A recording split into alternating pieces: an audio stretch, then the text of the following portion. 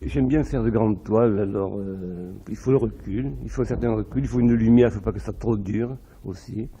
Et là, ici, j'ai une lumière tout à fait agréable, je me plais beaucoup.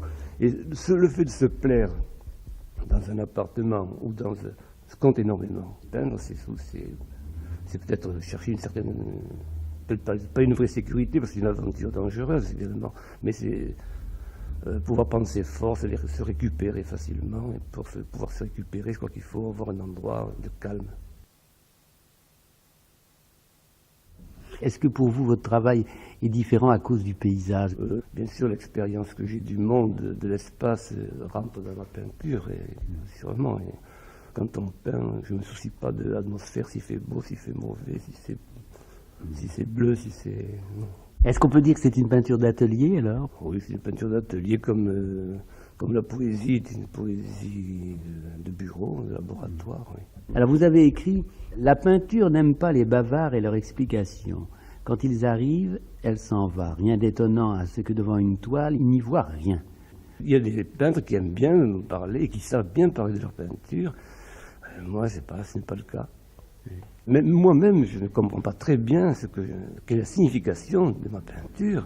Il y a un mystère, j'avoue que c'est assez mystérieux de savoir qu'un monde que j'essaie de faire se met à fonctionner par moments. À un moment, ça s'écroule, ça ne va pas, il faut que je recommence. Tout d'un coup, ça tient du miracle aussi quand ça tient.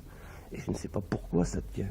Pourquoi je vois que ces formes s'organisent entre elles, deviennent vraies. Et les mêmes formes, tout d'un coup, j'essaie de les remettre à côté, elles sont fausses, elles ne disent rien. Ça se fait tout à fait en dehors de moi. On fait des gestes, qu'on soit pointilliste, qu'on soit géométrique, que l'on soit virtuose de la peinture, on fait des gestes. Et ce geste, ou bien il est lent, ou il est rapide, et il n'exprime pas la même chose suivant qu'il soit lent ou rapide. Donc la vitesse d'exécution est dans l'expression même, la chose c'est celle qui se voit, celle qui donne une signification à la peinture. Quelle signification, je n'en sais rien. Vous prenez des notes comme ça, non? De temps en temps, oui, je prends des idées comme ça qui me viennent. Alors je note, et en général, j'aime bien que ça soit concis. La peinture, finalement, c'est une chose que l'on voit d'un seul coup. C'est pour ça que je n'aime pas faire de discours, je n'aime pas parler, j'aime mieux enfermer l'idée dans 3 mots qui marchent bien ensemble. On va relire 2-3 choses. Les toiles restent blanches, ça c'est très important, je crois. La couleur dans les tubes, peindre sans peinture. Bientôt la sève, l'appétit de faire et les lendemains matins où je ne sais plus relire la toile de la veille. Pendant la nuit, la réalité a dévoré le désir et son idée à refaire. Oublier l'idée, ne garder que l'appétit jusqu'à ce que sur la toile, le désir devienne réalité. Il y a une chose que je voudrais souligner, c'est la difficulté de ce travail, c'est-à-dire d'avoir travaillé une journée, puis on va se coucher, là on revient, et c'est très dur de reprendre. Ça arrive souvent, ça? Oui, ça arrive souvent, et on n'est pas content, et quand on n'est pas content, il faut ou bien s'aller se balader, ou bien s'acharner à travailler, recommencer, peindre. Mais il faut être un peu masochiste pour être artiste. Il faut aimer ça, un petit peu de souffrance, mais des fois même, il faut être très fort pour la supporter. La voix d'André, on sent un peu l'accent du midi. C'est comme ça que je reconnais, parce que je ne reconnais pas. C'est marrant que je reconnaisse la voix des autres personnes, même de types qu'il a interviewés, et que sa voix, je ne la reconnais pas. Sa voix m'est étrangère, enfin, pas tout à fait, ça dépend. Au bout d'un moment, quand il parle un bon moment, là je comprends, mais par rapport à d'autres choses, non. C'est très curieux, ça. Une fois, je prenais le bus de 68 et j'ai aperçu André qui marchait boulevard Raspail. Et il se dégageait, franchement, de cette démarche, une telle noblesse, une telle liberté. Bon, que c'était éclatant, ça. Et donc, bon, l'attachement à Marfin, il associe un peu cet attachement très fort à une personne et puis à la peinture. Et évidemment, cette image de l'homme qui marche si droit, comme ça, si bien dans sa peau quand même. et sans écraser personne, avec justement une grand respect. Ça cadre tellement bien avec ce qu'il a fait en peinture. Les deux choses se répondent tellement, très simplement. C'est pas pour dire qu'il faut toujours rechercher l'homme derrière la peinture, mais là, c'est tout simple. On voit des grandes plages noires, peintes avec beaucoup à la fois de retenue et de liberté, et puis des grandes verticales, une peinture qui se tient très droit, et un homme qui se tient très droit. C'est très simple. C'était sa peinture, et ça a toujours été sa peinture, hein, de toute façon. Quand même. Ouais, ça a toujours été sa vie. T'as le Ça m'a sentiment de amusé. ça. Hein? T'as le sentiment de ça. Ah, je suis sûre. Enfin, peut-être je sais, j'ai ce sentiment.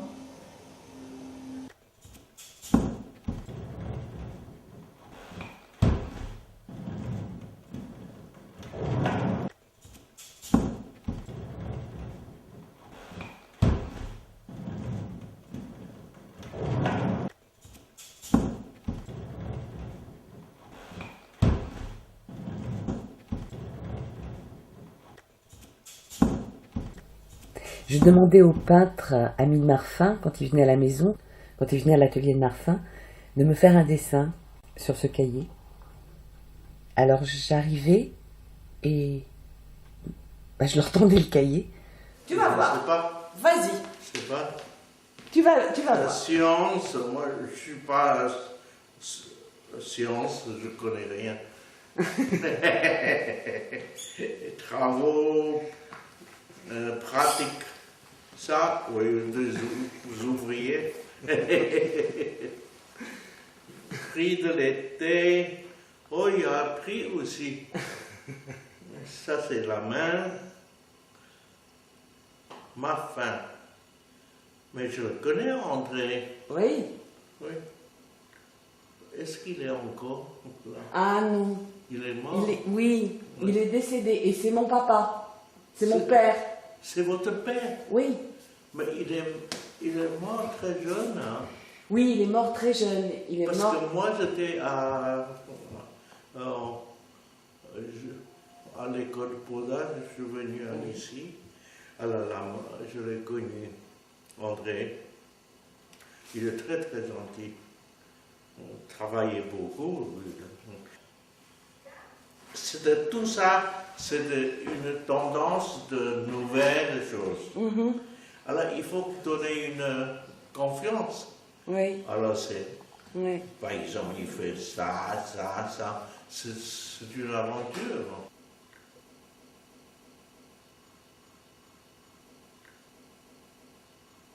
Donc il est monté à Paris pour voir de la peinture aussi? Non, pour vivre sa peinture et puis Pour dire vivre merde sa un peu. peinture. Et quand est-ce qu'il a commencé à pouvoir voir des vrais tableaux? Chez Colette à lundi, où il a vu Soulage Hartung Schneider. Ah. Ça a été un choc. Mm. Ça, c'est sûr. Il y avait une exposition chez Colette à lundi qui était une galerie d'époque. D'ailleurs, je crois que quand il en parle. Enfin, c'était toute une époque, donc. Et ça, je me souviens, il m'en a souvent parlé. Ça a été vraiment un choc. Et c'est là que il est devenu plus abstrait tout d'un coup. Et puis, il y a eu le salon. Les salons ont été nouvelles, le salon de mai. Le salon de mai, le premier salon de mai, il avait envoyé des photos pour exposer à Schneider, parce que Schneider s'en occupait. Et Schneider, donc il a été refusé. Et Schneider lui a dit, renvoyez les mêmes photos, ça n'a plus d'importance. L'année prochaine, ça marchera. Et ça a marché. Joseline. Jousselin. Jousselin. Jousselin, c'était un grand ami de papa qui est monté avec Marfin Oui. à Paris. Quand Il y a la moustache. un peu pareil, hein. Pendant l'époque, beaucoup de gens ont une moustache. Moi, ça pousse pas, je ne peux pas faire. Est-ce que tu te rappelles du cahier? Ouais, j'ai fait les éléments de la coquetterie, un truc comme ça. Exactement. Non, c'est ça? Oui, Je sais pas si c'est le bon titre. c'est exactement ça. Mais je sais pas qui ah, c'est plus grand que je croyais. Ah oui, il y a ma photo. évident. Mais ça, je ne voyais pas ça comme ça. Ah ouais. Mais abstrait, qu'est-ce que c'était? On était contre. On était plutôt contre. Parce qu'on était 12 ou 15 peintres. Et on exposait déjà, on n'avait pas peur. Dans des petites boutiques. Tu vois. Enfin voilà. Quand tu rencontrais papa, tu étais toute jeune en fait, et tu venais pas tellement de milieu artistique. Oh, pas du tout. Je crois que je savais même pas ce que c'était qu'un musée. Moi. Tu savais pas ce que c'était que la peinture? La peinture, pas du tout. Et les premières peintures. Moi, j'ai commencé à voir la peinture par la peinture abstraite. C'est ça. Oui, tu as commencé par voir de la peinture abstraite, ça t'a fait quel effet? Moi, j'ai trouvé ça super, parce que de toute façon, tout ce qui concernait André, je peux te dire, vous m'avez essayé de me le faire aimer. Voilà, c'est tout. Lui peignait des poireaux, formidables.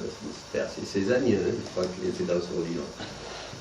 Moi plutôt des personnes assises, des personnages bon, dans un intérieur plus maticien. Et, alors les déformer, ben, on ne sait pas comment faire, puis les découper en morceaux non plus. Et alors, je crois qu'un beau jour, lui, le premier, il a franchi le pas, parce qu'on a compris qu'on n'y arriverait jamais si on voulait faire comme Mondrian, quoi. Aussi bien, logiquement, comme ça, pas à pas, il n'y avait qu'à sauter carrément dans l'abstraction. Et lui, il a réalisé ça, mais j'étais encore le témoin à ce moment-là. Parce que quand nous sommes arrivés, donc là, à cet endroit-là, il y avait un vide général. Tu vois, c'était arrêté. Je te donne un exemple, il y avait Yves Klein. Yves Klein, le monochrome, qui faisait des toiles bleues sur des murs bleus, dans une galerie bleue. Et donc, il n'y avait rien. Donc on était là. Et il n'y avait rien. Alors on se demandait, mais alors qu'est-ce qu'on fait maintenant? Comment ça, il n'y avait rien? Il n'y avait rien, il n'y avait pas de mouvement qui... le surréalisme ne fonctionnait plus. Ah, d'accord. Il n'y avait plus de fonctionnement véritable. Il y avait le vide qu'avait déjà symboliquement trouvé Malevich était devenu vulgaire. C'est-à-dire c'était cette espèce de tension d'icône vers le rien que Malevich avait mis à jour, qui était vraiment en 1927, c'est-à-dire déjà à l'époque c'était en cours, et puis ça s'est infiniment vulgarisé jusqu'à Yves Klein, qui en faisait le monoprix de Malevich, quand même, enfin sans vouloir... encore que je veux dire que l'idée qu'une chose se trouve et qu'ensuite elle est multipliée pour rentrer dans le commun dénominateur ne me paraît pas une idée négative. C'est le fonctionnement général de l'art. Il y a quelques-uns qui perçoivent la chose avant, et puis ensuite ça rentre dans le collectif, ça perd sa force, et puis ça recommence, ainsi de suite. Voilà. Alors on est arrivé là. Oui, c'est ça. Et quelques-uns, bon, on a dit, bon, ben alors on continue quand même. Mais quoi? Lui, je ne sais pas comment il a fait, mais on a dû être sur le même objet de réflexion, parce que la seule chose qui m'a paru, moi, vivante encore à l'époque, c'était les résidus du surréalisme. Masson, tout ça, Michaud. Et Michaud était un personnage très comme ça. Il n'était pas un vrai peintre, il était un poète, mais c'était ce poète qui était entre les deux, entre l'écriture et la peinture. Oui, c'est ça. Et donc, c'était ça l'endroit. Tu vois, il m'a semblé que pour André, c'était quelque chose de semblable aussi. Nous avions affaire, nous étions arrivés à la fin de l'image, Et nous avions il y avait encore le mot, et c'était aussi à la fin du mot, et que le noir était cette zone dans laquelle l'image et le mot avaient quelque chose en commun. Tu comprends ce que je veux dire? C'est-à-dire l'écriture se sert de l'encre. L'encre est noire.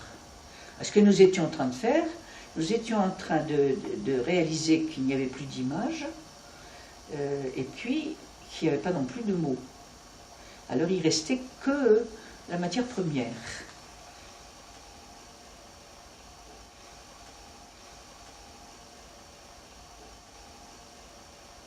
Il avait une telle maîtrise de son travail, c'est que il ne revenait pas souvent dessus. Il acceptait, et je suis sûre que quand même, il avait quelque chose d'espagnol. Tu vois, c'est-à-dire, pour moi, les Espagnols, c'est les gens qui ont inventé quelque chose qui s'appelle jugarse entera, entero. Ça veut dire se jouer entièrement. Il ne revenait pas sur ces choses. Il se jouait entièrement. Ce que je ne savais pas faire, moi. Je me jouais précautionneusement. Je ne suis pas espagnole.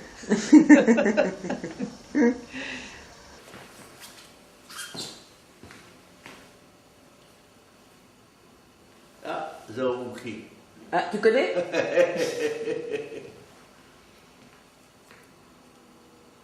Nous sommes de classiques. Et qui passe?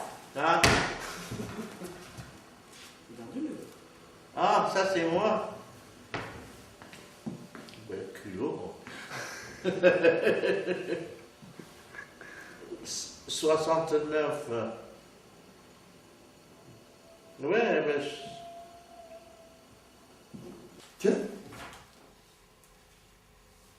Ben voilà, je ne me souviens pas de ça. C'est un bon de noix.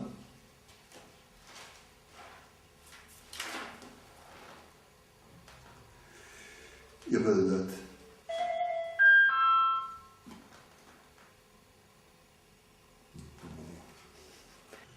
Et je l'ai connu à l'occasion d'une exposition de peinture à laquelle il participait, l'exposition de groupe, dans un salon, je pense.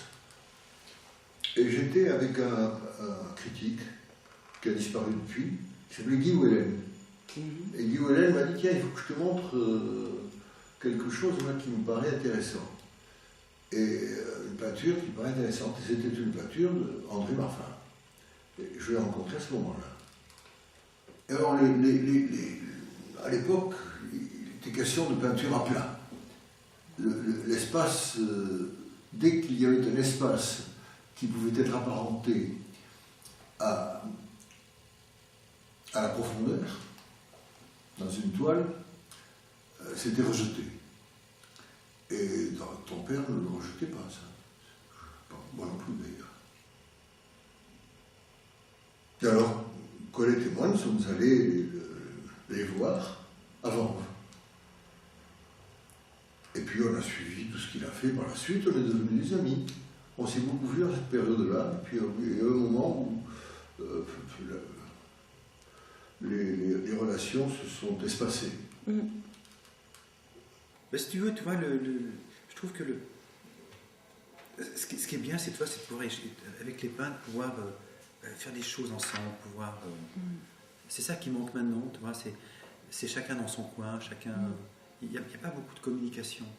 Et à l'époque, il y avait une ouverture, tu vois, je pense que ce sont des peintres qui ont connu peut-être plus la difficulté de vivre, donc qui se réunissaient plus, tu vois, il y avait plus une entraide, Et c'est vrai qu'André, moi, je l'ai jamais vu travailler. À Paris, je l'ai jamais vu travailler. Je ne sais pas si quelqu'un l'a vu travailler, mais bon, j'ai vu des photos où il travaillait, donc je sais qu'il travaillait. Mais sinon, je pense que les moments qu'il préférait, c'était être assis avec le chat sur les genoux.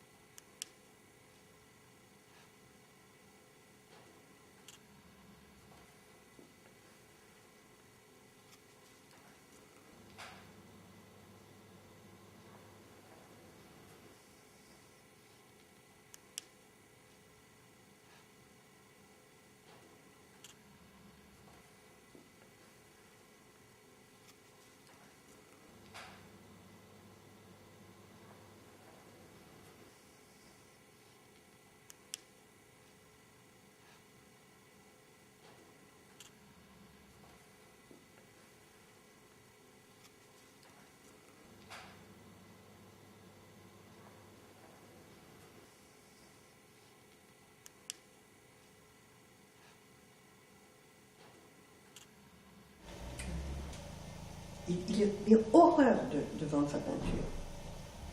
C'est comme si on lui arrachait les tripes, quoi, tu vois.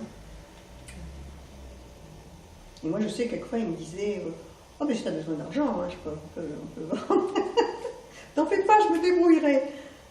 J'ai pas besoin d'argent. C'est drôle, hein, ça. Ah, ça, c'est drôle.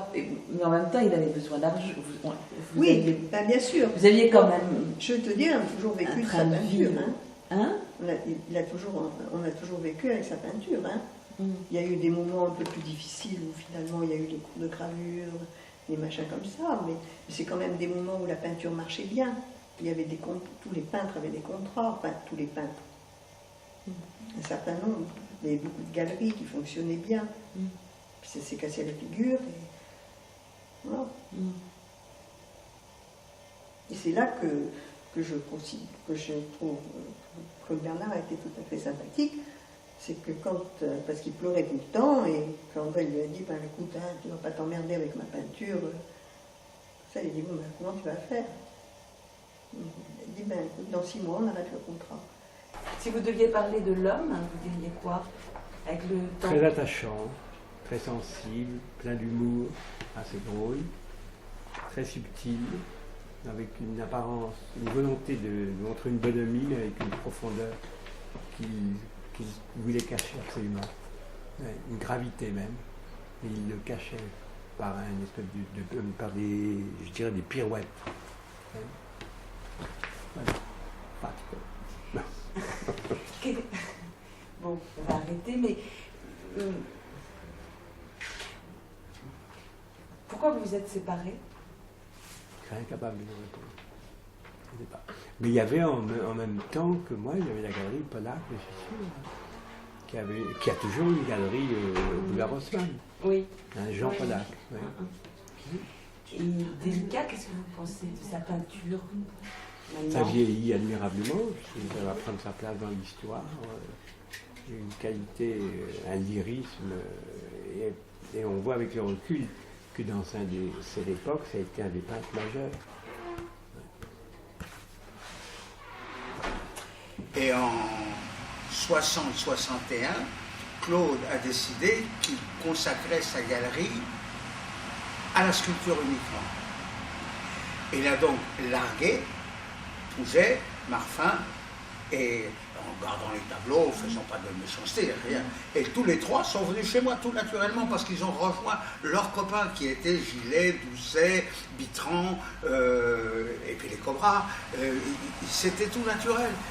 C'était la galerie avec Craven à l'époque où ce genre de peinture se retrouvait. Donc André est venu, la première exposition j'avais des tableaux bien avant, mais la première exposition c'est en 62, encore dans la petite galerie.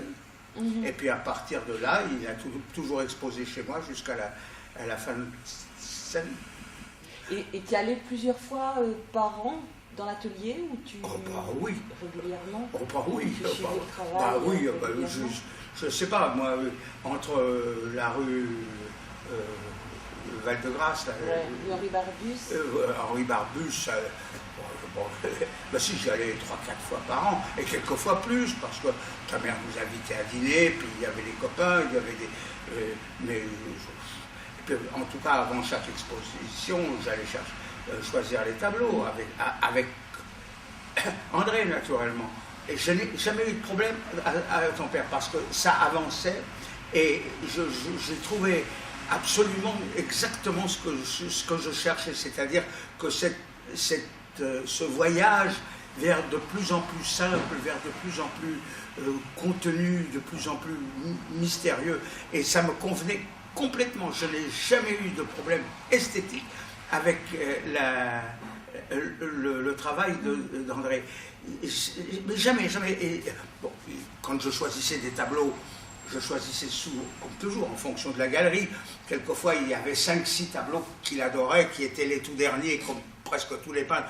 Bon, je ne les mettais pas tous les 5-6, parce que pour les expositions à la galerie, il fallait qu'il y ait une variante. Il on aurait pu faire des expositions avec, quand il était Villa Paulette, avec les 12 tableaux qu'il avait fait dans l'été. Mais bon, comme les expositions c'était à peu près tous les 3 ans, il fallait un peu montrer tout ce qui s'était passé, plus ou moins.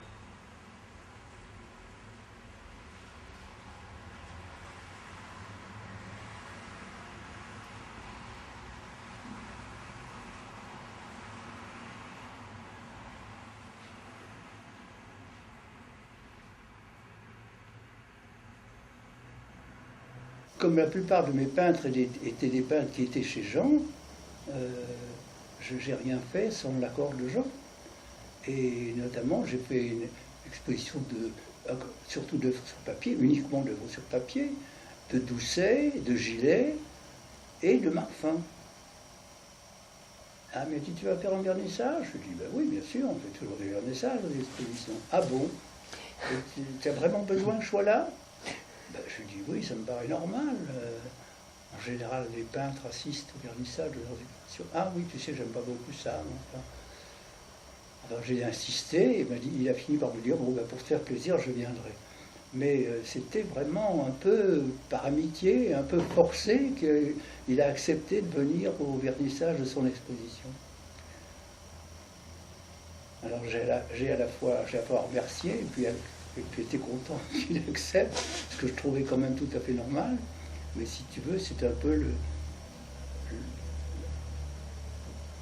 c'est pas un défaut, mais c'est un trait de caractère de ton père, d'être d'une telle discrétion et n'aimant pas les honneurs, étant un peu timide, de ne pas aimer assister à des choses qui auraient dû le remplir de joie, qui le remplissaient de joie d'ailleurs, mais qui n'aimait pas montrer, qui n'aimait pas les compliments.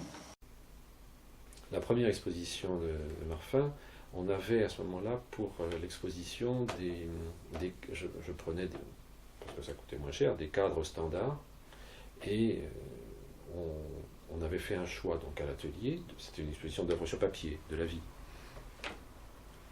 Et on avait choisi davantage que ce qu'il fallait pour l'exposition, pour sur place, dans la galerie, faire le choix définitif de l'accrochage. Et donc on mettait sous verre au fur et à mesure qu'on était vraiment sûr, lui et moi, de ce qu'on allait accrocher, on mettait sous verre. Et c'était une expérience absolument terrible, parce qu'au fur et à mesure qu'on hésitait entre 2 papiers, on en choisissait un en se disant, bon, c'est celui-là qu'on va mettre. Clac, il déchirait l'autre, immédiatement. C'était un jeu de massacre, c'était terrible. Et quelquefois on voit des toiles même que lui a détruites, on se demande pourquoi, hein. Il en a gardé certains et pas d'autres. Ceci dit, il savait très très bien les toiles qui étaient importantes ou pas.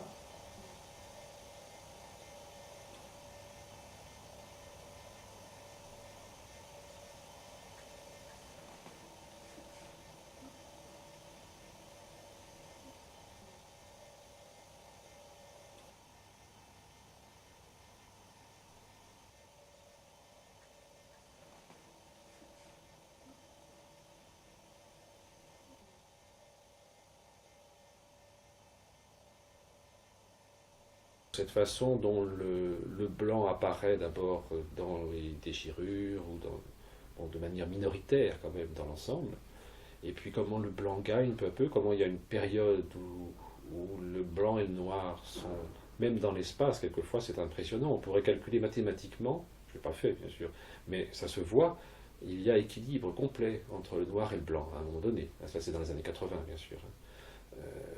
On voit que il y a une espèce d'égalité entre la puissance du noir et la puissance du blanc. Et puis il y a souvent, c'est pas vraiment un signe, mais il y a un geste qui est lancé près du noir, qui en sort, qui est lancé dans l'espace blanc, qui vient encore comme une espèce de geste un peu conquérant, disons, dans le blanc. Mais peu à peu, c'est vrai que le blanc gagne. Et ça c'est très impressionnant.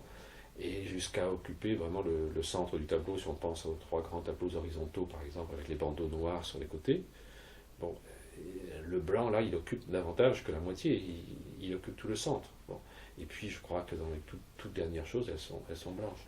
En tout tout à fait dans les derniers temps. Il disait qu'il ne voyait pas comment continuer, qu'il devrait faire autre chose que la peinture, ce qui nous paraissait complètement hallucinant. Imaginez Marfin, mais il n'a pas pu, il ne pouvait pas faire autre chose que la peinture. Mais on a le sentiment d'une œuvre qui a été vraiment accomplie, qui est pleine dans sa totalité, qui a toute sa beauté. On ne peut pas penser à une œuvre inachevée. Ça, c'est troublant. On a le sentiment de quelque chose qui s'est accompli. On a le sentiment d'une œuvre qui a été vraiment au bout d'elle-même et qui n'est pas inachevée.